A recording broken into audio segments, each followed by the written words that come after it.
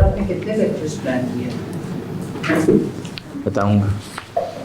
अच्छा जी, lecture number 13, lecture 13 है आज हमारा, और इसमें हम लोग लास्ट क्लास में, अगर आपको याद हो तो प्रैक्टिस क्वेश्चन स्टार्ट किए थे, और प्रैक्टिस क्वेश्चन में जो क्वेश्चन नंबर 1 था वो हम कर रहे थे describe 12 audit risks in planning the audit of Scarlett company. पहला पैराग्राफ में से जो रिस्क थे वो हमने निकाल लिए थे।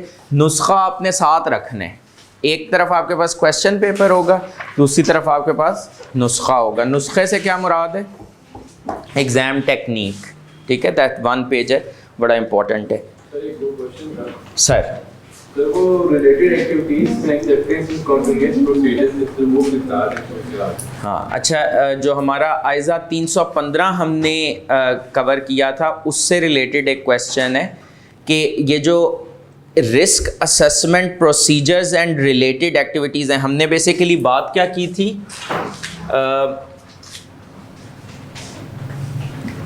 कि रिस्क असेस करने कैसे, through understanding the entity and it's environment, यही बात की थी।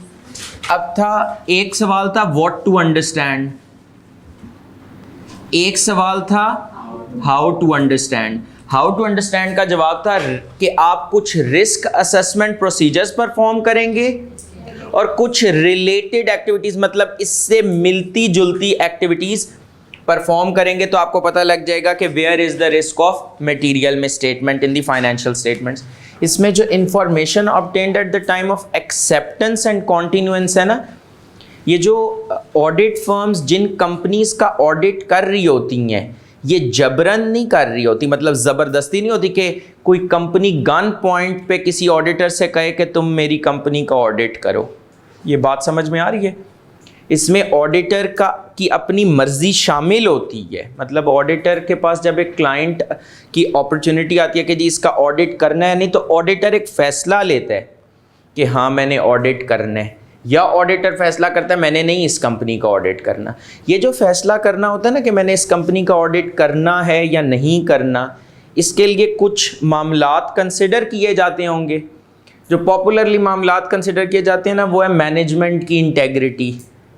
उसमें एक बड़ा इंपॉर्टेंट फैक्टर होता है, इस कंपनी के ओनर्स कोई पॉलिटिकली एक्सपोज्ड पर्सन्स तो नहीं है। पॉलिटिकली एक्सपोज्ड पर्सन्स मतलब जिनका एक पॉलिटिकल एफिलिएशन हो, और आपको पता है कि जी फॉर इंस्टेंस इनकी जो पॉलिटिकल रेप्यूटेशन है वो कोई इतनी अच्छी नहीं है, क्योंकि then the risk of material misstatement in the financial statement, someone who is unethical, who lacks integrity, आप किसी वजह से आप बाकी सारे फैक्टर्स को असेस करके अपनी जजमेंट अप्लाई करके फैसला करते हैं मैंने करना है ऑडिट, लेकिन वो फैक्टर आपको पता लग गया कि इधर पॉलिटिकल एफिलिएशन है, पॉलिटिकल एसोसिएशन है, इंटेग्रिटी के इश्यूज हो सकते हैं। अब अगर इंटेग्रिटी के इश्यूज हो सकते हैं तो क्या वो फाइनेंशियल स्टेटमेंट्स में फ्लो कर सकते हैं? बात समझ में आ रही है? तो इस वजह से वो जो इंफॉर्मेशन आपको एक्सेप्टेंस, क्लाइंट एक्सेप्ट करते हुए या उसको कंटिन्यू करते हुए। अच्छा, एक्सेप्टेंस और कॉन्टिन्यूएंस में क्या फ़र्क है? एक्सेप्टेंस का जो वर्ड है ना वो यूज़ होता है इनिशियल ऑडिट इंगेजमेंट के लिए, और कॉन्टिन्यूएंस का वर्ड यूज़ होता है रेकरिंग ऑडिट इंगेजमेंट के लिए। ये इनिशियल ऑडिट इंगेजमेंट जो फर्स्ट टाइम एक फर्म क्लाइंट कर रही हो, that is termed as initial audit engagement. और रेकरिंग ऑडिट एंगेजमेंट के पिछली दफ़ा भी किया था, इस साल भी कर रहे हैं, तो वो रेकरिंग। ये सवाल था, ठीक हो गई बात। अच्छा जी, हम प्रैक्टिस क्वेश्चंस कंटिन्यू करते हैं। अच्छा सॉरी, ऑडिट रिस्क से रिलेटेड किसी का कोई क्वेश्चन मैंने अच्छा, audit risk is one of the most, अगर आप पूरे ऑडिट में देखें ना और आप मेरे से पूछे कि टेक्निकल कॉन्सेप्ट्स, तो मेरी ज़ाती राय में शायद ये वाहिद ही एक टेक्निकल कॉन्सेप्ट है पूरे ऑडिट में। बाकी पूरे ऑडिट में 2-4 एरियाज़ के अलावा और कोई बहुत हाई लेवल टेक्निकलिटी या साइंटिफिक चीज़ नहीं है। अगर कोई साइंटिफिक चीज़ है ना पूरे ऑडिटिंग प्रोसेस में, वो ये ऑडिट रिस्क ही है जी।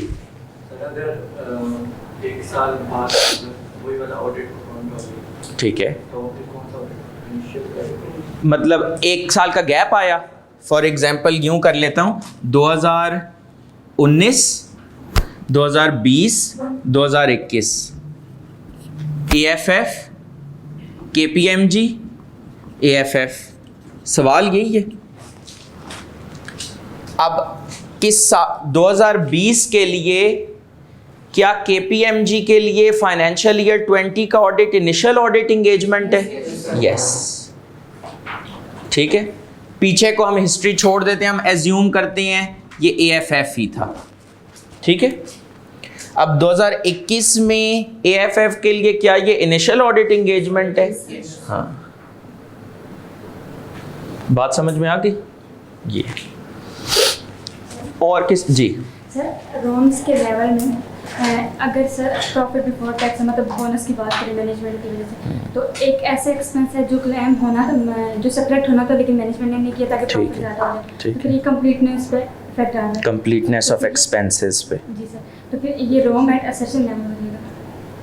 ये रोम एट असर्शन लेवल नहीं होगा। अगर आपको स्पेसिफिकली पता होता ना, कोई ऐसा रिस्क फैक्टर होता, अभी रिस्क फैक्टर आपने क्या बताया है, बोनस प्रॉफिट पे डिपेंडेंट है, कोई ऐसा रिस्क फैक्टर होता कि आपको पता होता कि यहाँ पर फॉर एग्जांपल एक्सपेंस की कंप्लीटनेस का मसला आएगा।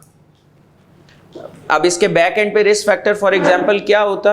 रिस्क फैक्टर ये होता कि ये कंपनी रिसर्च एंड डेवलपमेंट कर रही है, तो वहाँ पर मुझे होता कि यहाँ पर research expense most probably completely record नहीं हुआ होगा, इनफैक्ट उसको कैपिटलाइज किया हुआ होगा। तो क्लासिफिकेशन का मसला इंटेंजिबल एसेट्स में, कंप्लीटनेस का मसला रिसर्च एक्सपेंडिचर में आ गया।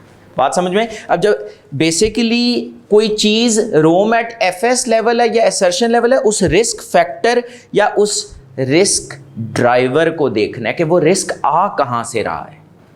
नहीं समझ आई? और किसी का कोई क्वेश्चन ऑडिट रिस्क के हवाले से? जी, इनका क्वेश्चन था कि अगर बोनस प्रॉफिट पे डिपेंडेंट है और आपको पता लगता है बाद में कि कोई एक्सपेंसेस कंप्लीटली नहीं रिकॉर्ड हुए वे, तो फिर ये तो रिस्क एट असर्शन लेवल हो गया ना। तो मैंने कहा नहीं, जो फैक्टर जिसने ड्राइव किया था वो तो फाइनेंशियल स्टेटमेंट लेवल था ना, क्योंकि मेन फैक्टर क्या था? रिस्क। ये तो आपको प्रोसीजर्स करके एक चीज पता लगी ना। और अगर जी, एक बात में दो assumption फैक्टोरिंग, लेकिन अगर आपको पता है तो then you know the specific assertions. वो पता क्या है कि वो वाली दो assumption अफेक्ट हो सकती हैं, तो वो असर्शन लेवल ही है, because you exactly know. For instance ये होता है कि आपके प्रोडक्ट लाइफ साइकिल का आपने कहीं पर कॉन्सेप्ट सुना हुआ है? प्रोडक्ट डिक्लाइन फेज में आपके प्रोडक्ट की डिमांड नहीं रही, नोकिया के 3310 की सपोज डिमांड नहीं रही, ठीक है। अब एक तो इन्वेंट्री की वैल्यूएशन में मसला है, ये मुझे पता है। दूसरा मुझे पता है कि इसके पीपीई की वैल्यूएशन में भी मसला होगा, पीपीई भी शायद इम्पेयर्ड हो। तो आई exactly know the assertions related to different class of transactions and account balances that may be materially misstated. So as long as I can identify, as long as a risk factor is such that it enables me to identify the specific assertions, it will be treated as ROM at assertion level. Clear होगी बात? और किसी का कोई question? Sir, firm का audit कौन करता है? और ऑडिट ऑफ फर्म्स डिफरेंट लोग हैं। आई कैप एक तो QCR कर रहा होता है, उसके अलावा SECP भी इंस्पेक्शंस कर सकते हैं, उसके अलावा जो audit oversight board of Pakistan है वो भी सर्टन फर्म्स जो कि पब्लिक इंटरेस्ट कंपनीज का ऑडिट कर रही हैं उनकी इंस्पेक्शन कर सकते हैं। ज़्यादा मिसस्टेटमेंट का चांस तो ऑडिट फर्म्स की फाइनेंशियल स्टेटमेंट्स में। अच्छा, जो ऑडिट फर्म्स की अपनी फाइनेंशियल स्टेटमेंट्स हैं ना, फर्म्स क्योंकि पार्टनरशिप के उसमें आ रही होती हैं, तो फर्म्स के ऊपर उस तरह से ऑडिट की रिक्वायरमेंट तो एप्लीकेबल नहीं है। हाँ, वो अपने पार्टनरशिप पर्पसेस के लिए या फॉर एग्जांपल अपनी टैक्स रिटर्न्स फाइलिंग वगैरह के लिए कुछ स्पेशल ऑडिट करवा सकते हैं, लेकिन एज इन वो उनके ऊपर कोई रिक्वायरमेंट नहीं है। ऑडिट कंप्लीट हुई, I am sorry, limited liability के कॉन्सेप्ट से एक बहुत बड़ा लेवरेज मिल जाएगा ना कि जी हमारी लाइबिलिटी लिमिटेड है। जो ऑडिट क्वालिटी है, कंपनी की लाइबिलिटी लिमिटेड है ना, तो वो ऑडिट क्वालिटी जो है ना वो ये तस्वुर किया जाता है। दो कि ये कॉन्सेप्ट अब कुछ जगहों पर आ रहा है, लेकिन जनरली इट इज़ परसीव्ड कि इसकी वजह से ऑडिट क्वालिटी सफ़र करेगी क्योंकि लाइबिलिटी लिमिटेड होगी, तो वो जो क्लेम्स हैं वो एक सर्टन हद तक बेसिकली आ सकेंगे। कॉन्सेप्ट आ रहा है लिमिटेड लायबिलिटी लिमिटेड पार्टनरशिप का, जी जी, वो फर्म्स पे, ये अकाउंटिंग फर्म्स पे, ऑडिट फर्म्स पे नहीं एप्लीकेबल, नहीं। अच्छा जी, और किसी का कोई क्वेश्चन? इसका मतलब है मैं एज्यूम कर रहा हूँ कि आप लोगों को ये क्लियर है। ये आपके टेस्ट में भी है ना ऑडिट रिस्क का टॉपिक? नहीं, मतलब अगले टेस्ट की बात कर रहा हूँ जो मंडे को है, नेक्स्ट मंडे को। हम ऑडिट रिस्क के क्वेश्चन पे वापस जाते हैं। The company's financial accountant was taken ill suddenly in May 2005 and is unable to undertake the preparation of the year-end draft financial statements. As a result, the company recruited a temporary financial accountant in early June 2005 who will prepare the draft financial statements. रुक जाएं जी, sir इसमें क्या आपने अब नुस्खा साथ है? Step 1 में आपको पढ़ के सुना देता हूँ। आइडेंटिफाई रिस्क फैक्टर फ्रॉम, क्या लिखेंगे इस स्टेप में?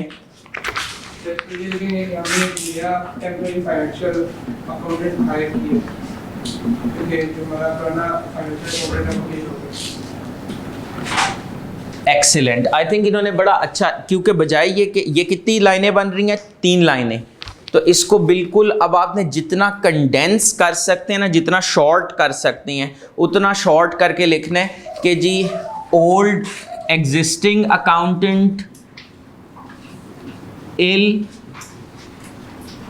and FS prepared by a temporary recruit. Step 2, identify the FSLI's disclosures and direction of misstatement. 1 minute रुकिएगा। सर बता सकते हैं कि बीमार हो गया ना अकाउंटेंट, तो कौन सा डिस्क्लोजर और कौन से फाइनेंशियल स्टेटमेंट्स के कंपोनेंट्स जो हैं वो ओवर या अंडर स्टेट होंगे? प्रॉफिट ज़्यादा, वो जो टेम्परेरी रिक्रूट आए है। नहीं, इधर तक, अभी लोन वाली बात पे आगे आते हैं। सिर्फ ये जो पहला जुमला, ये जो पहले 2 जुमले पढ़े ना, इसकी बेसिस पे ये मैंने लिखा। सोचे ना पेपर होता है, पहले 2 जुमले पढ़े, इसकी बेसिस पर ये छापा। स्टेप 2 में क्या लिखेंगे? एक्सीलेंट, दोबारा ज़रा बोलिएगा। उसको पॉलिसीज़ एंड प्रोसीजर्स का आइडिया नहीं है, मतलब वो ज़्यादा गलतियां करने का चांस है, ज़्यादा गलतियों का एहतमाल है, ज़्यादा गलतियों का रिस्क है, क्योंकि वो ट्रेंड नहीं है, वो ट्यून नहीं है ये फाइनेंशियल्स बनाने पे। तो आपने पहले स्टेप में ये लिखा। अब दूसरे स्टेप में, स्टेप 2 में, मतलब ये जो पहली वाली मैंने लाइन बोली थी ये तो नहीं अप्लाई होगी कि कौन से FSLIs, कौन सा डिस्क्लोजर। दूसरी क्या चीज़ है? Identify that the ROMM is at financial statement level. तो आई थिंक ये फाइनेंशियल स्टेटमेंट लेवल रोम है ना, ये रिस्क ड्राइवर मिस, ये रिस्क ड्राइवर कोई स्पेसिफिक नहीं चीज पता लग रही, उसके इन एक्सपीरियंस की वजह से there could be material misstatement anywhere in the financial statements. नहीं समझ आई? क्लियर है? तो हम इसको अब ड्राफ्ट कैसे करेंगे? असल मसला ये स्टेप 1 में नहीं होता। ये स्टेप 1 तो जहां मर्जी से पढ़ेंगे ना, या कहीं से कोई पढ़े भी ना, वो यहां तक पहुंच जाता है। जो मसला आता है वो स्टेप 2 का आता है। ये जो आज आपने सुबह आने की तकलीफ़ की है, ये स्टेप 2 के लिए की है, स्टेप 1 के लिए नहीं की। स्टेप 2 में अब आप क्या लिखेंगे कि ड्यू टू रिलेटिव इनएक्सपीरियंस, या जो भी मतलब अंग्रेजी इधर कर लें, ड्यू टू रिलेटिव इनएक्सपीरियंस या lack of understanding of new recruit या ऑफ टेम्परेरी रिक्रूट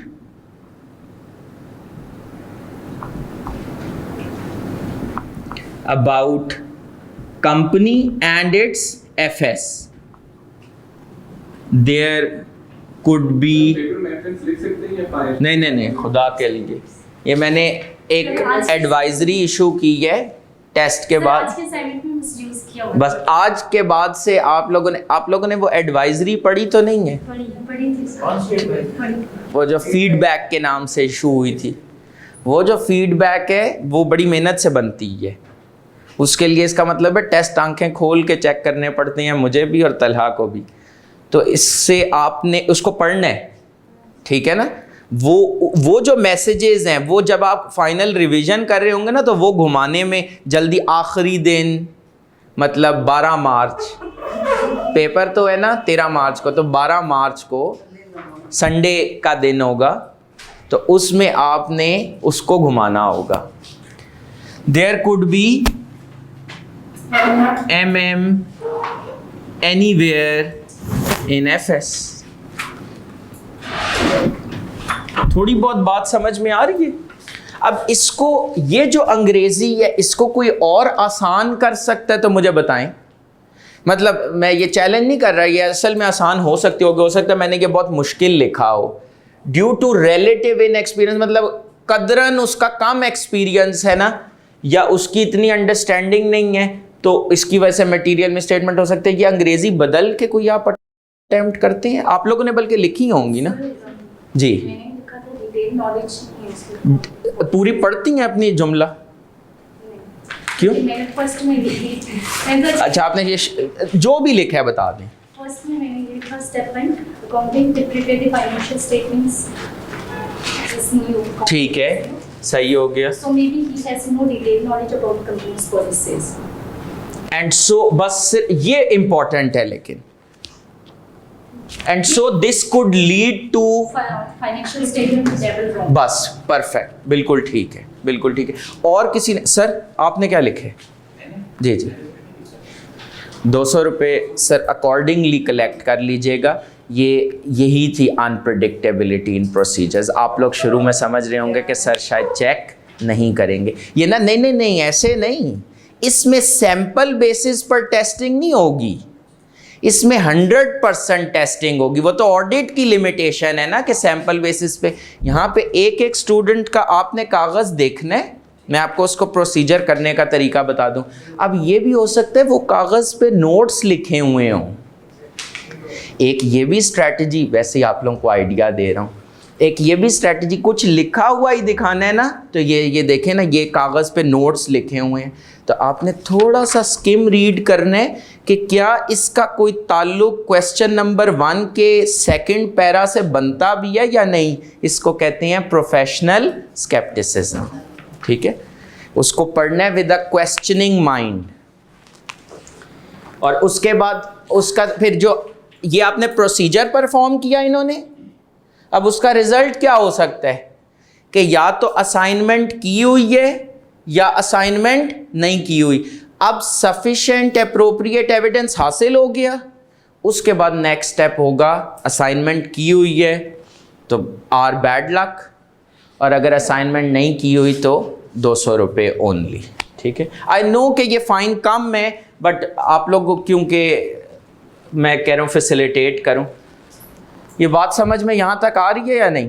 किसी का कोई सवाल, कोई कन्फ्यूजन? जी, मैंने लास्ट क्लास में पढ़ा था कि वो स्कारलेट को जो थी उसने न्यू ऑडिट की, बिल्कुल। तो आपने वहाँ पे लिखा था कि वो न्यू ऑडिटर है, तो इसलिए डिटेक्शन रिस्क इंक्रीज होगा due to absence of cake. तो यहाँ पे ये भी तो न्यू ऑडिटर है, तो हमें ये क्यों नहीं लिखा? ये न्यू अकाउंटेंट है। Thank you for this question. In fact ज़रा समझ लें बात, पहले तो सब बल्कि मिस का शुक्रिया अदा करें, ये एक बड़ा इम्पोर्टेंट क्वेश्चन है। मैं क्वेश्चन बल्कि रिपीट करता हूँ। उन्होंने बोला कि ये जो पर्सन जिसका आपने लिखे है ये न्यू है, तो इसकी वजह से डिटेक्शन रिस्क क्यों इंक्रीज नहीं होगा। अब ज़रा समझ लें, जो स्कारलेट को है वो क्या है? ऑडिट क्लाइंट, या वो कंपनी जिसका आप ऑडिट कर रहे हैं। इस फर्म का नाम क्या था? ऑरेंज एंड को, ये ऑरेंज एंड को आमतौर पे आपके पेपर में जब होगा ना तो आगे लिखा होगा ABC एंड को चार्टर्ड अकाउंटेंट्स। ये है ऑडिट फर्म या ऑडिटर। स्कारलेट को का जो एम्प्लॉई था, जो फाइनेंशियल, कौन बीमार हुआ था? Financial accountant. मिस आपको फाइनेंशियल रिपोर्टिंग का पेपर याद है? उस पेपर में आपकी पोजीशन ना फाइनेंशियल अकाउंटेंट वाली होती है। उस टाइम ये जो आप अकाउंटिंग के पेपर पढ़े थे ना, उस टाइम आप मैनेजमेंट की साइड पे थे। आपको पता है now the tables have turned. पहले आप मैनेजमेंट की साइड पे थे, अब आप ऑडिटर की साइड पे। यहां पर ये फाइनेंशियल अकाउंटेंट हुआ बीमार और इसकी रिप्लेसमेंट आई। ठीक है, फाइनेंशियल स्टेटमेंट्स बनाना कंपनी की मैनेजमेंट की जिम्मेदारी है। डिटेक्शन रिस्क जो है वो बिलखसूस ऑडिटर से रिलेटेड है कि ऑडिटर प्रोसीजर्स या auditor fails to detect material misstatement. बात समझ में आई है या नहीं? सही सही बताएं। 100% ये सबको क्लियर है चीज? सर ये भी तो हो सकता है कि हमने नया रिक्रूट हायर किया है, वो कह ले पहले हमने एफएस बनाई है, वो गलत नहीं है। हाँ, इसीलिए मैंने कहा मेरा ख्याल है कि अमूमन जो ऑन एवरेज चीज़ होती है, बाकी हो सकता है जो नया टेम्परेरी रिक्रूट हायर किया वो इतना स्मार्ट हो, वो उल्टा आपको बता रहा हो कि ये आप पहले गलत करते आए हैं। बट हमने जो रिस्क असेसमेंट करनी है based on the given information, तो उसमें हमने थोड़ा सा प्रूडेंट व्यू और वो व्यू लेना है जो ज़्यादा जनरली प्रिवेल करेगा। जनरली ड्यू टू, आप लोगों ने कॉस्ट अकाउंटिंग में लर्निंग कर्व तो नहीं पढ़ा? Due to lack of learning curve effect he is likely to make more mistakes. बहुत सी मिस्टेक्स आपकी ठीक होती हैं जब आपका लर्निंग कर्व अचीव होता है। इसीलिए कहते हैं ना 10 नहीं तो 15, 15 नहीं तो 20 सवाल कर लें। वो ये 20 सवाल करने का मकसद क्या होता है? Learning curve.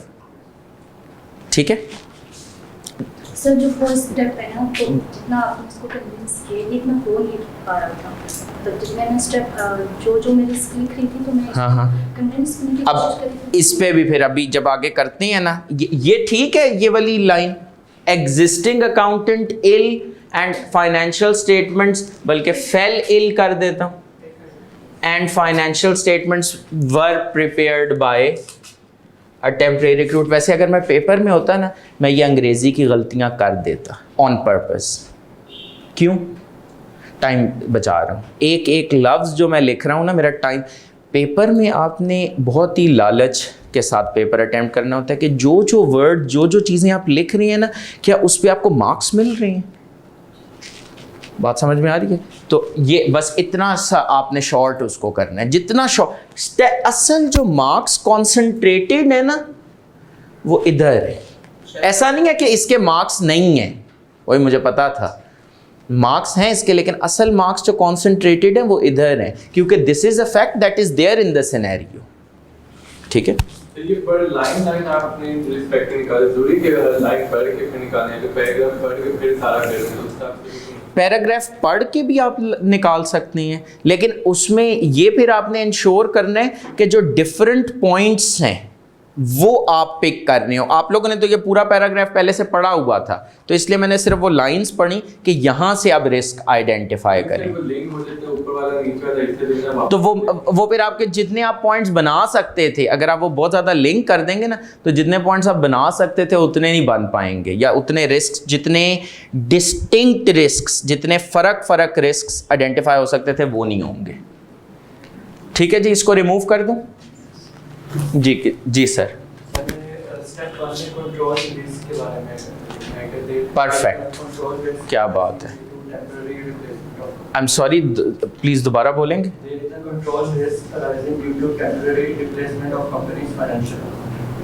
ठीक है। अच्छा, इधर एक क्वेश्चन बड़ा कॉमनली पूछा जाता है कि क्या हमने कंपोनेंट्स आइडेंटिफाई करनी है कि इनहेरेंट रिस्क, कंट्रोल रिस्क? वैसे आपने इस तरह के क्वेश्चन के लिए बड़ा सूटेबल है, लेकिन आम तौर पे आपको कंपोनेंट्स आइडेंटिफाई करने की ज़रूरत नहीं है सवाए डिटेक्शन रिस्क के। इनहेरेंट रिस्क और कंट्रोल रिस्क में ज़रूरत नहीं है, लेकिन ये आपका पॉइंट परफेक्टली वैलिड है कि यहाँ पर कंट्रोल रिस्क अराइज होगा, क्योंकि ये इस पर्सन का उस तरह से वो कंट्रोल्स प्रॉपरली अप्लाई नहीं कर सकेगा। जी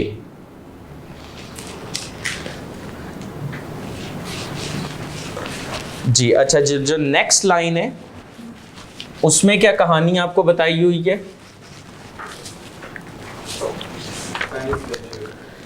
The year-end FS need to be finalized quickly as the company is looking to raise finance through a bank loan to replace 3 machines in the production facility. Abdullah, मैं ये पूरा paragraph पढ़ता हूँ. The bank has asked for a copy of the audited year-end financial statements by the end of September 2025 before they will agree to the loan, and the directors are keen to report strong results in order to obtain this financing. अच्छा, examination point of view से of course in the first go शायद आप पूरा paragraph या शायद पूरा question पढ़ रहे होते हैं, लेकिन अब ये जो मैंने पूरा पैराग्राफ पढ़ा है ना, दिमाग में आखिरी बात रह जाती है कि अच्छा ये they are keen to report strong results in order to obtain this financing. इससे पहले भी कुछ बातें हुई हैं, टाइम प्रेशर आ गया। एक्सीलेंट। तो ये जो पहली लाइन थी, the year end FS need to be finalised quickly as the company is looking, तो अगर year end financial statements quickly, limited time for finalisation of year end financial statements, limited time available for finalization of year end financial statements। तो एक तो वैसे ही वो बंदा नया है, ऊपर से टाइम भी शॉर्ट, तो अगेन जो रिस्क एट एफएस लेवल है वो इंक्रीज कर जाएगा ना, due to time pressure. Time pressure या टाइम कंस्ट्रेंट की वजह से आपका जो रोम एट एफएस लेवल है वो बढ़ जाएगा ना। लिमिटेड टाइम में मिस्टेक्स के chances, misstatements due to error specifically, अच्छा यहाँ पर ड्यू टू एरर भी मिस्टेक्स के चांसेस बढ़ सकते हैं। बात थोड़ी सी समझ में आ रही है सर? इसमें ये भी तो हो सकता है ना कि जो कंपनी है वो ऑडिटर के ऊपर टाइम प्रेशर ऑडिट कर रहे हैं, फाइनलाइज करनी है उसके, तो क्योंकि बैंक ऑडिटेड। Excellent excellent. यहाँ पर दूसरा एंगल, ये तो क्लाइंट का एंगल है, वेरी गुड, ये तो क्लाइंट का, अच्छा वेरी गुड। और ये तो क्लाइंट का एंगल था ना, तो मैंने क्या कहा, रोम एट एफएस लेवल। अब ऑडिटर के ऊपर भी टाइम प्रेशर है, अब बताएं, डिटेक्शन रिस्क बढ़ जाएगा। तो इधर जो स्टेप 2 है, यही फैक्टर स्टेप 2 क्या हो जाएगा कि डिटेक्शन रिस्क इंक्रीज कर जाएगा, क्योंकि उसने सवाल क्या पूछा है, उसने पूछा discuss audit risk, and audit risk is a function of ROMM and detection risk. Audit risk is equal to ROMM multiplied by detection risk, तो इसमें दोनों कवर होंगे। डिटेक्शन रिस्क इंक्रीज हो जाएगा क्योंकि लिमिटेड टाइम की वजह से हो सकता है कि some procedures not performed by auditor, या फॉर एग्जांपल साई नॉट ऑब्टेन्ड। पेपर में ये दोनों एस्पेक्ट्स नहीं, बिल्कुल, ये दो सेपरेट रिस्क्स के तौर पे आप मेंशन करें, एक ये रिस्क है, दूसरा ये रिस्क है सर। डिटेक्ट स्टेप 1 तो एक्चुअली कॉमन ही है ना, कि फाइनलाइजेशन, यहां पर थोड़ा सा उन्होंने एक्स्ट्रापोलेट किया कि अगर फाइनेंशियल स्टेटमेंट्स फाइनलाइज करने की जल्दी है तो ऑडिट की कंप्लीशन की भी जल्दी होगी ना। अगर फाइनेंशियल स्टेटमेंट्स फाइनलाइज करने की जल्दी है तो फाइनेंशियल स्टेटमेंट्स फाइनलाइज होने के बाद जो मेन चीज़ फाइनलाइज, एक्चुअली फाइनेंशियल स्टेटमेंट्स तभी होती हैं जब उसके ऊपर ऑडिटर का ठप्पा लग जाता है, तो वो चीज़ ऑडिट के ऊपर भी प्रेशर क्रिएट करेगी ना ऑडिटर। वैसे ही लिमिटेड टाइम है तो और टाइम लिमिट हो गया, ठीक है। अच्छा जी, इसके बाद आपके पास आ जाता है द बैंक हैज़ आस्क्ड, ये ले रहे हैं bank loan to replace 3 machines. The bank has asked for a copy of the audited year-end financial statements by the end of this before they will agree to the loan, and the directors are keen to report strong results in order to obtain this financing. ये बड़े लोग थे, ये अजीम लोग थे जिन्होंने लिख दिया पेपर में ये and the directors are keen to. आपके पेपर में जो पेपर आपने देने हैं वहाँ पे ये सवाल before they will agree to the loan भी बल्कि नहीं, आपका सवाल September 2x5 पे फुल स्टॉप, आगे वाली लाइन बेशक काट दें, आगे आपको नहीं बताया जाएगा। ये तो बड़ा पन था ना सवाल बनाने वाले का कि उसने इतना खुल के बता दिया। ACCA का पेपर ACCA का है ना, आप लोग तो CA कर रही हैं तो उस हिसाब से, लेकिन मैं साथ साथ आपको बता रहा हूँ ताकि फिर ये कोई ना कहे कि हो हाय ये तो ACCA के सवाल करा रहे हैं, CA वालों को साथ बता रहे हैं कि भाई क्या करा रहे हैं। September 2x5 पे फुल स्टॉप बेशक लगा दें और आगे वाली लाइन काट दें, क्योंकि आपको अलर्ट होना चाहिए। आपसे एक higher degree of professional scepticism expect किया जाता है कि भाई बैंक के लिए कर्जे के लिए ही फाइनेंशियल दे रहे हैं ना, तो naturally they would want to paint the directors and the board would management would want to paint a nice picture. तो इसको लिखेंगे कैसे, ये मिटा दो जी। Bank loan to be obtained या bank loan negotiations in progress by Scarlett को विद द बैंक, इस तरह की कोई लाइन आपके आंसर में देख जानी चाहिए। इसमें रिस्क क्या है? विंडो क्या बोले आपने? क्या बात है, चेक करें जरा वर्ड। विंडो ड्रेसिंग क्या होती है? Window dressing miss creative accounting. दोबारा एक बार, सॉरी आप लोगों को तकलीफ दे रहे हैं। विंडो ड्रेसिंग, क्रिएटिव अकाउंट, ये लोग हमें जार्गन, ये मैंने नहीं बोले, इन लोगों ने बोले हैं, मैंने गलती से मुंह से निकल गया होगा। विंडो ड्रेसिंग गैर दानिस्ता तौर पे, विंडो ड्रेसिंग क्रिएटिव अकाउंटिंग से मुराद है जानबूझकर ऐसा रेवेन्यू रिकॉर्ड कर लेना जो बनता ही नहीं है। जानबूझकर पता है कि बिजली का बिल अक्रू हो चुका है पर अभी नहीं रिकॉर्ड करते, इम्प्रेस करने के लिए बैंकर्स को कि हमारी financial condition is impressive, you आप आंखें बंद करके हमें कर्जा दे सकते हैं। बात थोड़ी बहुत समझ में आ रही है या नहीं? तो इधर रिस्क, अच्छा ये वाला जो रिस्क है, ये वाला जो they are keen to report strong results, मुझे ये बता दें कौन सर वो जो फाइनेंशियल स्टेटमेंट हम बैंक को देते हैं ताकि लोन ले सके सर, वो तो ऑडिटेड होते हैं, वहाँ पर ये लोग मतलब ना रिकॉर्ड करें, वो तो जब ऑडिट करते हैं तो सारा बिफोर ऑडिट उन्होंने कहा ना कि ऑडिटर भी तो हो सकता है, उन मैनेजमेंट को भी पता है ना कि there is a possibility that auditor may not be able to detect a material misstatement. तो उसी रिस्क को, जो ऑडिटर का रिस्क है वो मैनेजमेंट के लिए अपॉर्चुनिटी है ना, जो threat auditor, one man's threat is another man's opportunity. तो उस हिसाब से वो कहते हैं कि फाइनेंशियल स्टेटमेंट्स को हम मैनिपुलेट कर सकते हैं, पोल्यूट कर सकते हैं, उसको फ्रॉड उसमें के चांसेस बढ़ जाएंगे। अच्छा आई एम सॉरी, एग्जैक्टली मुझे एक चीज़ बताएं, कौन सा फाइनेंशियल स्टेटमेंट लाइन आइटम में से इसकी वजह से ओवर स्टेट होगा? पता नहीं, इसका जवाब था पता नहीं। There could be material misstatement anywhere in the financial statement। तो ये भी क्या हो गया, ये रोम एट FS लेवल हो गया। यहाँ तक बात समझ आ रही है? लिख के बताऊँ या क्लियर है? आपको पूरा इसका जो सजेस्टेड सोल्यूशन है ना वो मिलेगा, वो साथ ही अगर दे दिया जाए तो वो फिर एक्साइटमेंट नहीं रहती क्वेश्चन की। सर एसेट्स की भी ओवर स्टेटमेंट की भी हो सकती है, प्रॉफिट की भी हो सकती है। अब एसेट्स में भी कौन से वाले? Non current, current. अच्छा नॉन करंट में कौन से वाले? PPE, intangibles, investments. करंट में कौन से वाले? Inventory, receivables, cash. फिर इन्वेंट्री की एग्जिस्टेंस, वैल्यूएशन। बात समझ में आ रही है? इसके लिए तो कर्जा ले रहे ना, ये 3 मशीन्स अभी खरीदी नहीं है, पहले कर्जा आएगा, पैसा आएगा बैंक से, फिर वो ये 3 मशीन्स रिप्लेस करेगा।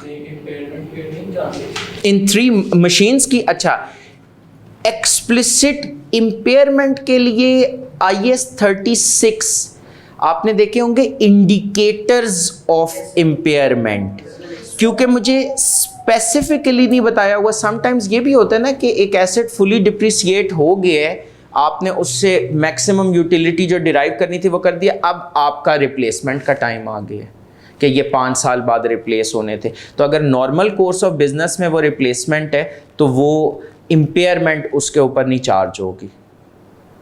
इम्पेयरमेंट के लिए तो बैक एंड पे पहले इंडिकेटर्स चाहिए। तो क्योंकि सिनेरियो ने एक्सप्लिसिटली मेंशन नहीं किए इंडिकेटर्स कि जी ये क्योंकि आगे ना फिर अगर वो उधर लेके जाना चाह रहा होता ना तो वो फिर आगे कहता कि ये जी इस तरह का, क्योंकि मशीनरी रिप्लेस करनी पड़ रही है ड्यू टू द फैक्ट कि कोई फायर का इंसिडेंट हो गया था, या फॉर एग्जाम्पल मशीन बार बार चलते चलते ख़राब हो रही है। बात थोड़ी सी समझ में आ रही है या नहीं? ठीक, अच्छा जी, अगला paragraph. In the year the company also purchased a specialised machine to develop a new range of chemicals for a major customer. Only trained staff are allowed to operate this machine, and staff members had to undertake 2 days of training followed by an assessment at the end of the training period. The training costs of $15,000 have been capitalized as part of the cost of the asset. Training cost किसी situation में capitalise नहीं हो सकती. अच्छा जी, अब ज़रा इसको, ये तो ज़बानी तो बड़ा अच्छा बता दिए, ज़रा लिखवाएं, क्योंकि असल ना यहाँ पर पता लगता है जब लिखना शुरू करते हैं.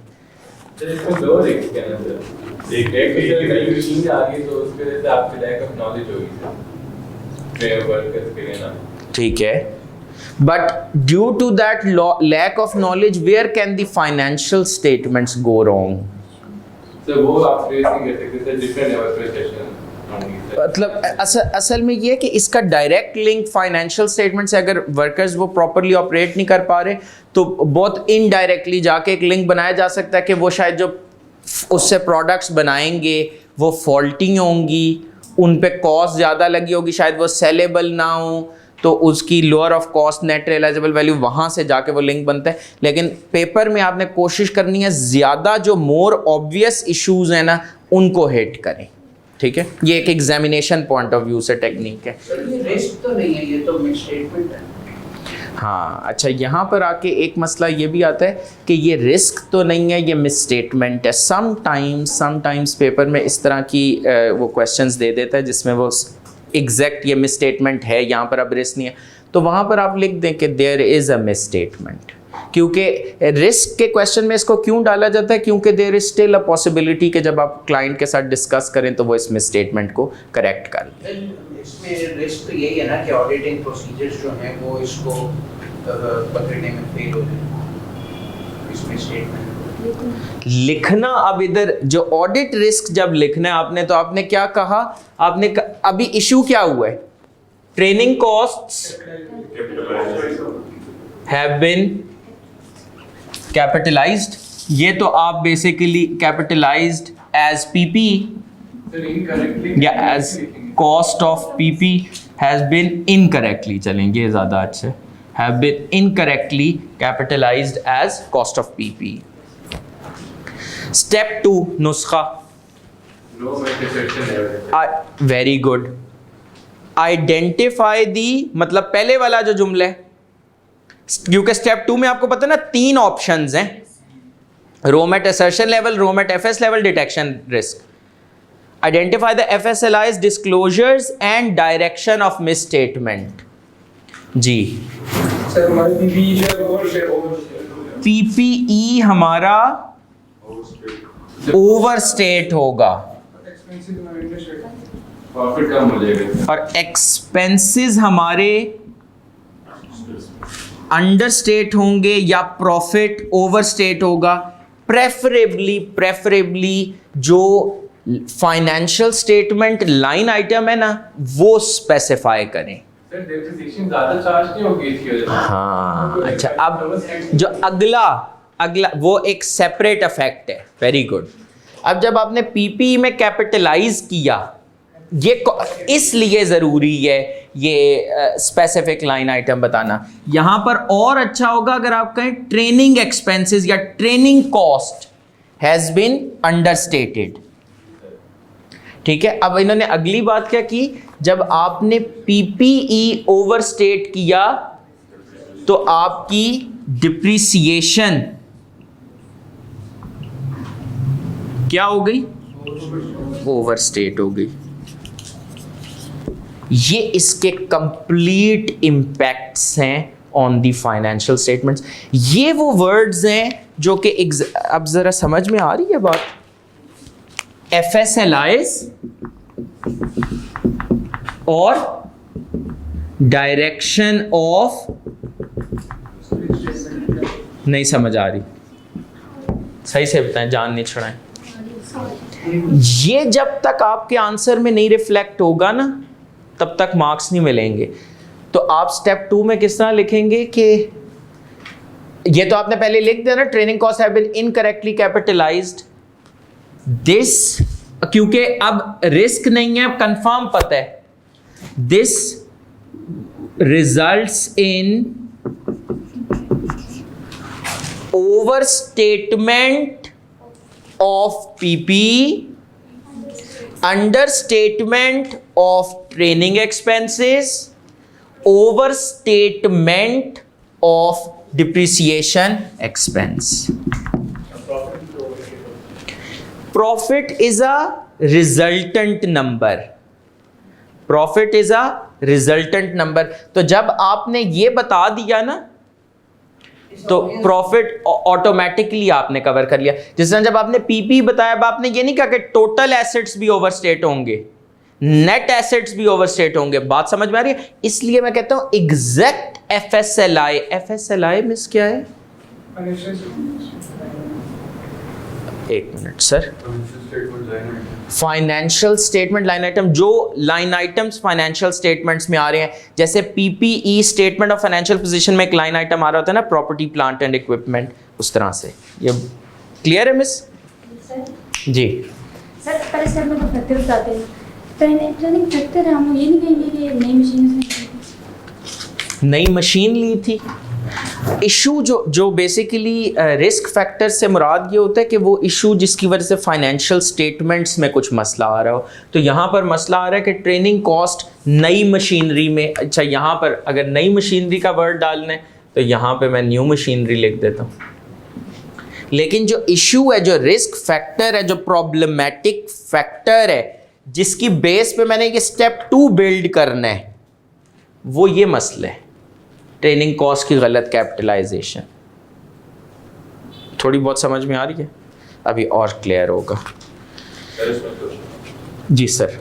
पहली लाइन है उसमें कि to develop a new range of chemicals for a major customer, तो इसमें न्यू रेंज ऑफ केमिकल्स है तो वो भी उसकी कॉस्ट और एनआर में भी है। न्यू रेंज और उसको बिजनेस का उसको इस बारे में पता नहीं होगा। अच्छा, new range of chemicals for a major customer जो वो बना रहा है, उसका बिजनेस बेसिकली केमिकल्स ही है, जो मेन लाइन ऑफ बिजनेस है उसका, जो हमें पहले पैराग्राफ की दूसरी लाइन पे बता रहे हैं। वो स्कारलेट को मैन्युफैक्चर्स केमिकल्स फॉर यूज़, तो उसका ये लाइन ऑफ बिजनेस ही है। ठीक है, अच्छा जी, आगे आ जाते हैं चौथे पैराग्राफ में। I am really grateful for all the questions, because इससे आपका जो थिंकिंग प्रोसेस है ना, यही असल में करना है। क्योंकि ये जो अभी आप मेरे से सवाल पूछ रहे हैं ना, यकीन करें यही वो सवाल होते हैं जो पेपर में जाके कंफ्यूज कर रहे होते हैं, पिंच कर रहे होते हैं, समझ नहीं आ रही होती, श्योर नहीं। तो आप सारे जितने क्वेश्चंस आप इधर पूछ जाएंगे, उतना आपका माइंड ना क्रिस्प होगा, पेपर में आप कॉन्फिडेंटली उसको हैंडल कर रहे होंगे। ठीक है जी। ये अंडर कंट्रोल रिस्क का है सर, ये वाला फैक्टर। अच्छा, बड़ा अच्छा सवाल, इस पे थोड़ी देर बजाते हैं बल्कि तालियां। आप लोगों के मतलब सवालों का मैं I must appreciate the level. इन्होंने सवाल ये पूछा है कि ये जो ट्रेनिंग कॉस्ट है ये कंट्रोल रिस्क में आएगा या नहीं आएगा? एग्जाम पॉइंट ऑफ व्यू से पहले बता दूं, आपने एग्जाम पॉइंट ऑफ व्यू से तो कमेंट करना ही नहीं है कि ये इनहेरेंट रिस्क है या कंट्रोल रिस्क है, ये तो मैंने पहले आपको बता दिया। अब प्रैक्टिकल पॉइंट ऑफ व्यू से, इस सिनेरियो में मेरे पास इतनी इंफॉर्मेशन अवेलेबल नहीं है कि मैं ये डिटर्मिन कर सकूं कि ये कंट्रोल रिस्क की वजह से हुआ है या नहीं। But most probably the controls have failed because the misstatement is there in the financial statements। तो मेरे ख्याल में controls have failed to prevent, detect, correct material misstatement। तो इसलिए ये ultimately control risk के ज़ुमरे में ही fall करेगा। सर तो मैंने कहा था कि नया फाइनेंशियल अकाउंटेंट आएगा तो शायद उसमें अच्छा, अब यहाँ पर थोड़ा सा इसके ऊपर मैं कुछ कह नहीं सकता, इसका रीज़न बता दे कोई। क्या मतलब ये पहले ये गलती में स्टेटमेंट पहले हो गया उसके आने से पहले सारा कुछ नए पे डालने की आप कोशिश कर रहे हैं। बैंक लोन लेना तो उसमें प्रॉफिट ज़्यादा शो करता है। ये भी एक एंगल हो सकता है। Very good, very good. इन्होंने बेसिकली पैरा नंबर 2 और पैरा नंबर 3 को बड़ा खूबसूरती से लिंक किया है कि शायद वो अपने प्रॉफिट्स को ओवरस्टेट करने के लिए, शायद वो अपने एक्सपेंस अंडरस्टेट होगा तो प्रॉफिट ओवरस्टेट होगा ना, तो प्रॉफिट को वो ओवरस्टेट करने के लिए शायद जानबूझकर कैपिटलाइज करें। So this material misstatement could be due to fraud as well.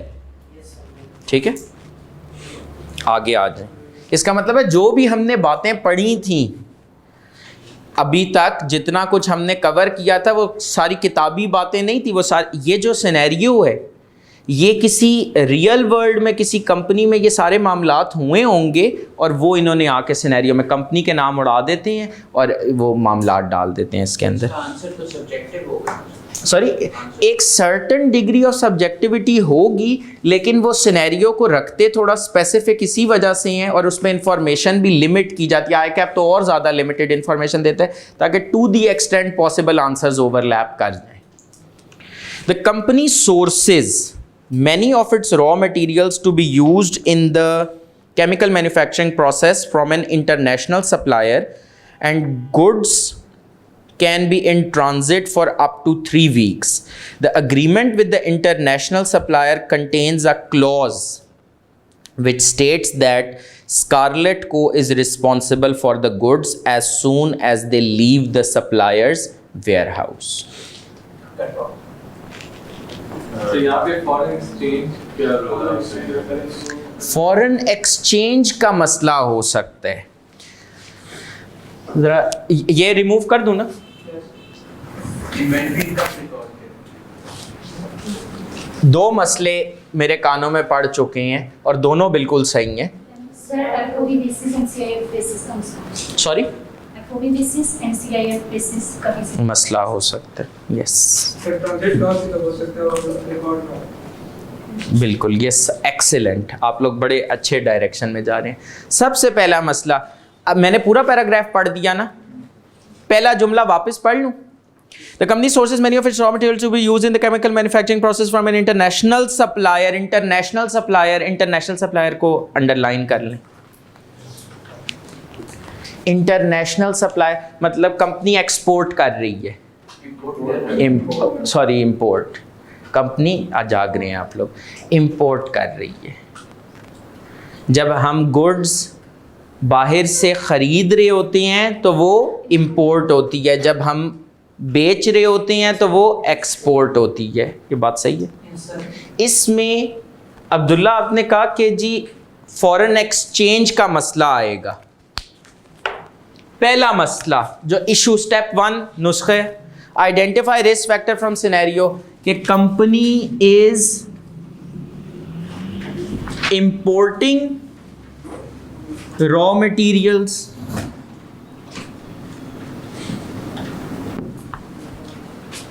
या company is engaged in the import of raw materials, जो भी अंग्रेजी लिख लें। इस रिस्क फैक्टर से फॉरेन एक्सचेंज का मसला है। कौन बताएगा कि इसको लिखना कैसे है? मैं बस एक आइडिया दूं आपको। बताएं ट्रू और फॉल्स।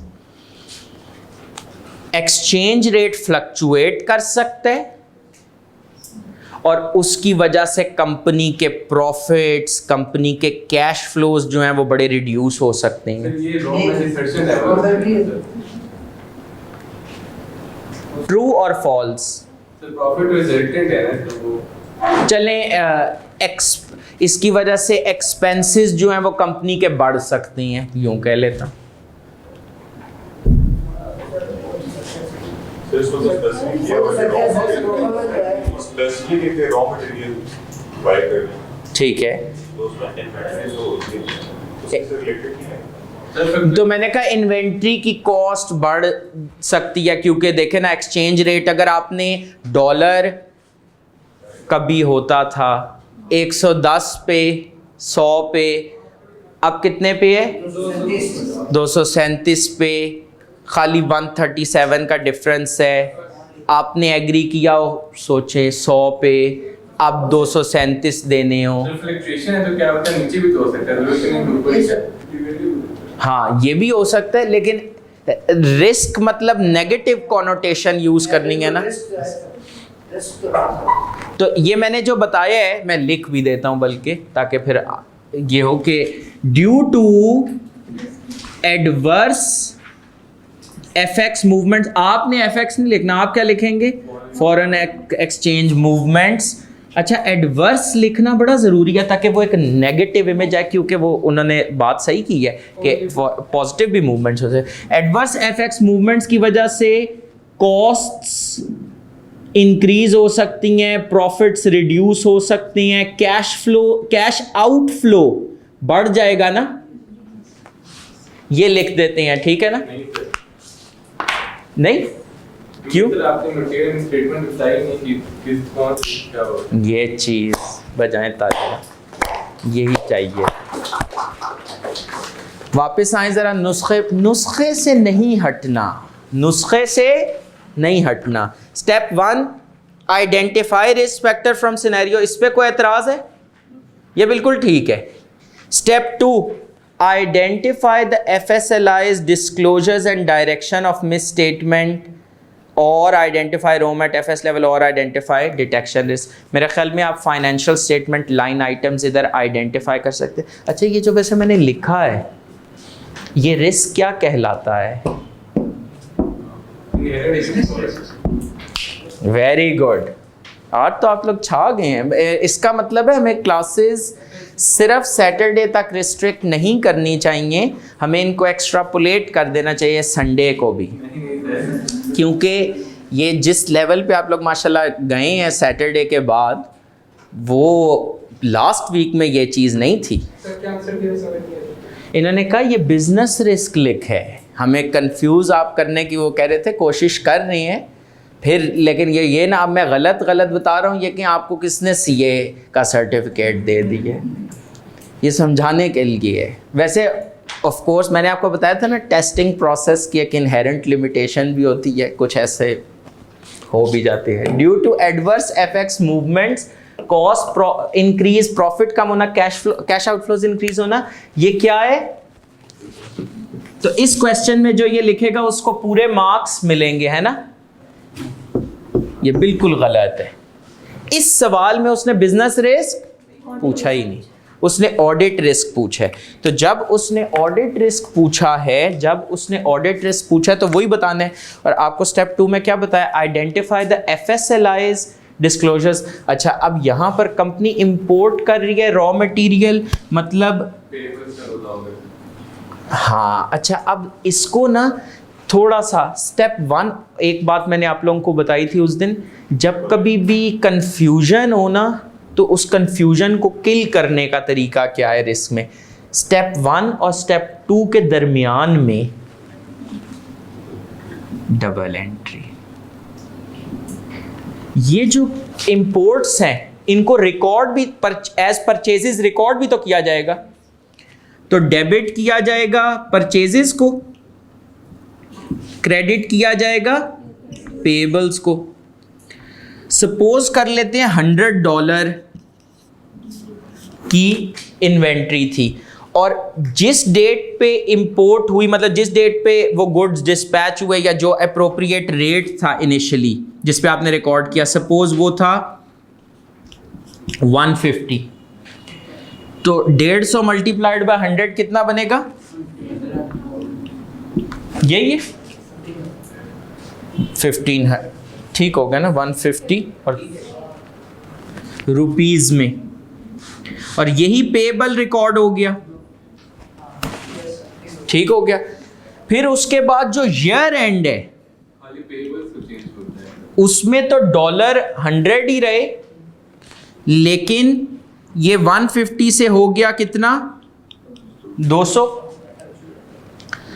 अब इसमें जो परचेजेस होती हैं ना, वो क्या हो जाती हैं? लॉक हो जाती हैं। जो इनिशियली रिकॉर्ड हुई ना वो लॉक हो गई, लेकिन पहले आपने 15,000 रुपये देने थे, अब आपको 20,000 देने हैं। तो पेबल को 5 से बढ़ाने के लिए पेबल को 5,000 से क्रेडिट कर दूं, तभी ये 15,000 5,000 मिलके 20,000 बनेगा ना? नहीं समझ आ रही? अच्छा, अब ये 5,000 क्रेडिट तो कर दिए, डेबिट क्या करूं? एक्सचेंज लॉस कितने से? 5,000 से। लेकिन हम इसमें सिर्फ एडवर्स उसका पॉइंट व्यू ले रहे हैं, वो तो जिस साइड पे मर्जी हो होगी तो मैं स्टेट रिस्क के पॉइंट ऑफ व्यू से, ये तो मैंने बिजनेस रिस्क के पॉइंट ऑफ व्यू से बताया था ना। बिजनेस रिस्क के पॉइंट ऑफ व्यू से मैं हमेशा नेगेटिव साइड को ले रहा हूँ। इट इज अ पार्ट, लेकिन बिजनेस रिस्क बेसिकली ऐसा फैक्टर है जो कि कंपनी के अपने ऑब्जेक्टिव्स अचीव करने में मुश्किल करे। जो एडवर्स मूवमेंट है वो मुश्किल कर रही होगी, फेवरेबल मूवमेंट मुश्किल नहीं कर रही होगी, इसलिए उसको बिजनेस रिस्क नहीं कहेंगे। ये बात क्लियर है? यहां पर ये जो आपके पास मैंने सारी एंट्रीज कर दी ना, ये आपके पास पूरे, अगर देखें ना, ये इनको कह सकता हूं मैं, ये FSLIs लिखे हुए हैं। अब जब मैं स्टेप 2, ये स्टेप 2 जो गलत लिखा हुआ है इसको मैं रिमूव करने लगा हूं। ये बहुत कॉमन मिस्टेक होती है जो स्टूडेंट करते हैं। अब लेकिन जब मैंने स्टेप 2 लिखना है, मिस्टेक वो बतानी है कि कौन सी FSLIs मिसस्टेटेड होंगी, उनकी डायरेक्शन क्या होगी, तो आपने क्या कहा कि परचेज, अब अगर गलत रेट यूज हुआ, अगर गलत रेट यूज हुआ, मतलब इधर ये 150 के बजाय अगर 160 इस्तेमाल हो जाए, या 150 के बजाय अगर इधर 140 इस्तेमाल हो जाए, दोनों पॉसिबिलिटीज है ना, और इम्पैक्ट्स ऑपोजिट होंगे। तो जब इस तरह की मल्टीपल पॉसिबिलिटीज हो ना, तो आपने आंसर को स्ट्रेट फॉरवर्ड रखने के लिए बस ख़त्म होने लगे। आंसर को स्ट्रेट फॉरवर्ड रखने के लिए क्या करना है? आपने कहना है कि जो इन due to use of incorrect rate, incorrect FX rate की वजह से क्या होगा? परचेजेस पेबल्स ओवर या अंडरस्टेट हो सकती हैं।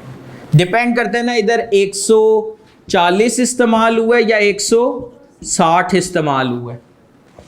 तो गलत रेट की वजह से परचेजेस और पेबल्स क्या हो सकती हैं? ओवरस्टेट या अंडरस्टेट हो सकते हैं। यहां तक बात सही है? अगर रेट ही गलत है, मतलब लॉक ही गलत रेट पे हुई ना, इनको लॉक होना चाहिए था 15,000 पे, ये लॉक हुई 14,000 पे, या ये लॉक हुई 16,000 पे। समझ आई ये बात या नहीं? परचेजेस पेबल्स अंडरस्टेट या ओवरस्टेट हो सकती हैं। और दूसरा क्या मसला आएगा? ये तो एक रिस्क हुआ। ईयर एंड पर ये वाली जो रिकॉर्डिंग होती है, ये होती है ट्रांजैक्शन डेट पे जब आप इनिशियली रिकॉर्डिंग कर रही हैं। ये होती है ट्रांजैक्शन डेट पे जब आप इनिशियली रिकॉर्डिंग कर रही हैं।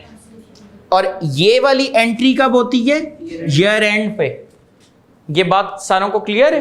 ये वाली एंट्री हो रही है ईयर एंड पे। ये जो अभी मैंने मसला बताया ये ट्रांजैक्शन डेट में रिकॉर्डिंग का मसला है। दूसरा क्या है कि अगर इफ पेबल नॉट रीट्रांसलेटेड और रीट्रांसलेटेड यूजिंग इनकरेक्ट एफएक्स रेट। एक तो ये है कि सिरे से ट्रांसलेट किया ही नहीं, मतलब पेबल को 15,000 पे ही छोड़ दिया, मतलब पेबल को 20,000 पर लेके ही नहीं गए। पेबल को 20,000 पे लेके जाने के लिए ये डबल एंट्री करनी थी ना, तो वो ये डबल एंट्री की ही नहीं। एक ये गलती हो सकती है, या डबल एंट्री की लेकिन ये वाला जो रेट है ये गलत था, ये असल में 119 था या 210 था, इन्होंने 200 पे कर लिया। बात समझ में थोड़ी बहुत आ रही है? तो उस अगर ये गलत रेट इस्तेमाल करेंगे तो भी तो ये नंबर्स गलत हो जाएंगे ना। तो मैंने दोनों पॉसिबिलिटीज़ मेंशन कर दी कि अगर तो पेबल सिरे से रीट्रांसलेट ही नहीं हुआ ईयर एंड पे, या अगर रीट्रांसलेट हुआ तो जो रेट इस्तेमाल किया वो कौन सा रेट था? गलत रेट था। तो इसकी वजह से जो एफएक्स, अब ज़रा देखिएगा, एफएक्स डिफरेंसेस या एफएक्स गेन और लॉस में बी ओवर और अंडरस्टेटेड, और एफएक्स डिफरेंसेस भी, और दूसरी क्या चीज़ है? पेबल्स। ये थोड़ी सी बात समझ में आ रही है यहाँ पर? मतलब मैंने अब थोड़ा सा ना आहिस्ता आहिस्ता एडवांस करता जा रहा हूँ उस टेक्निक को ही। यहाँ पर अब मैंने थोड़ा सा बताया है कि इस रिस्क का ड्राइवर क्या होगा। ये वाले एफएसएलआईज और इनकी डायरेक्शन ऑफ मिस स्टेटमेंट, और इसका रीजन, ये वाले एफएसएलआईज इनकी डायरेक्शन ऑफ मिस स्टेटमेंट और इनका रीजन। नहीं समझ आ रही? किसी का कोई क्वेश्चन? जी सर मुझे एक चीज़ की समझ में आई कि आपने यहाँ पे ये दो पॉसिबिलिटीज बता दी कि ये हो सकती है। तो सर इसमें एक लाइन ये भी तो ऐड है ना कि देखिए उन्होंने कहा कि as the lead the suppliers warehouse. हाँ, ये वाला पॉइंट अभी we are yet to discuss this. ये इस पॉइंट तक क्लियर है। ये जो अगला पॉइंट है कि वो सप्लायर के लीव करने वाला, वो अभी हमने डिस्कस करना है। वो असाइनमेंट है। कितने आप लोग माशाल्लाह समझदार हो गए हैं। वो भी असाइनमेंट है। वो 200 रुपए जो खुद दे नहीं रहे। मैंने क्यों दे रहे हैं? मेरे को नहीं देते 200 रुपए। मैं बताता हूँ, एक मिनट, कौन से वो। अच्छा, असाइनमेंट ज़रा नोट कर लें। ये वाला जो पैराग्राफ अभी हम पढ़ रहे थे, इसका जो हिस्सा रह गया है वो, और अगले 2 पैराग्राफ्स खाली, इससे कम होमवर्क। मुझे पता है आप लोग कह रहे हैं ये कौन सा होमवर्क, बढ़ा देते हैं। अच्छा, ये जो आखिरी इस सफ़े पे आखिरी 3 पैराग्राफ्स हैं, ये जो सफ़ा है ना, पेज जिसको कहते हैं, जो पहला पेज है, उसके जो आखिरी 3 पैराग्राफ्स हैं, देख रही हैं जिन पे ये उंगलियां पड़ी हुई हैं, ये जो 3 छोटे छोटे पैराग्राफ्स हैं, इनमें से आपने रिस्क सिर्फ सोच के नहीं आने, दिमाग में महफूज नहीं करने। क्या करना है? लिखना है, क्योंकि written is more reliable than oral. और आज क्या फ़ाइन लाजमन कलेक्ट करके मेरे अकाउंट में ट्रांसफ़र कर दीजिएगा। हाँ हाँ, आ जाए, ठीक है।